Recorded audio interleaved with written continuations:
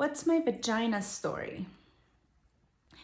I've been sitting here for a little while trying to think of how to best articulate my story.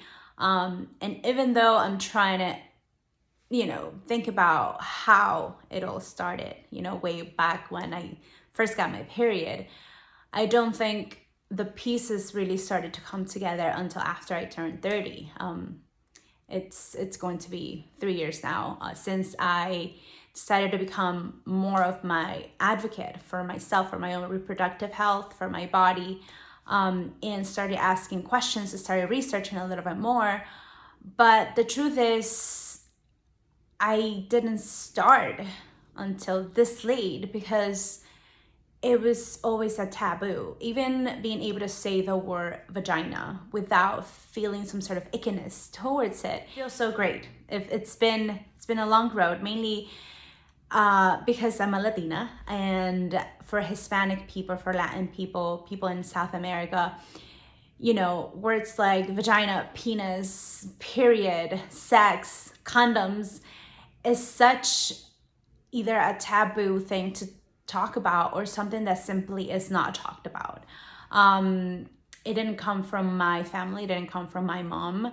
I feel like her generation, that's just something you don't talk to your children about, or since they weren't taught about those things, it's just simply a topic that stays closed. So thank goodness I had people come into my school to teach about periods and things like that, and in a way I was ready for that part of my life. But when it came to reproductive health, and when I started having sex and I would start asking about birth control, you kind of put all that power into the person that's treating you, your doctors or your gynecologist, or sometimes even your friends. Back then I didn't even probably trust myself to Google and think that Google will give me some answers. Like the last thing that I thought about was becoming an advocate for my own health, because like the power is sort of taken away from you from such a young age.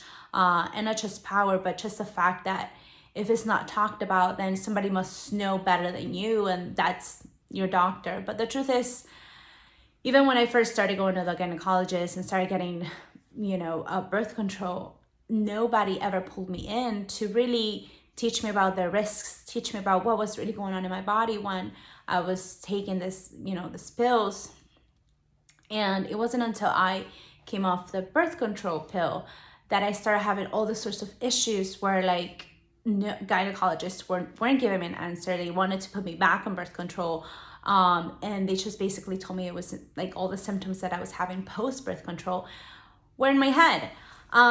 So I knew that wasn't the case, and I knew what I was feeling, and I knew that the only thing that had changed was not taking the birth control anymore. So after being told that, I was basically making it up, or like just to cover it up with more birth control, I decided to take my health into my own hands, started doing research, basically becoming my own health advocate, because nobody else was doing it for me. So I just feel like at this stage in my life where we have so much information, not being an advocate for yourself, for your own health, for your own body, just takes so much power away from you. So, and now later in life, I just really, I look at brands or companies that I want to associate with that want to open up the conversation, that, have no restraints towards talking about sex or periods or vaginas. Like vagina is not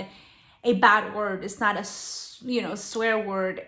I grew up that way, not even being able to say vagina. So now is when I'm taking my power back. Now is when I'm trying to free myself from all the wrong programming that, that we had, or I had as a kid, and just coming into my own, coming into my womanhood, coming into my body, coming into the power that as a woman we have. Taking the control back and advocating for myself is such an important part of my life right now and moving forward, that finding companies, finding organizations, or finding brands that that do that for us is very, very, very pivotal in my life right now, and I feel like for the world.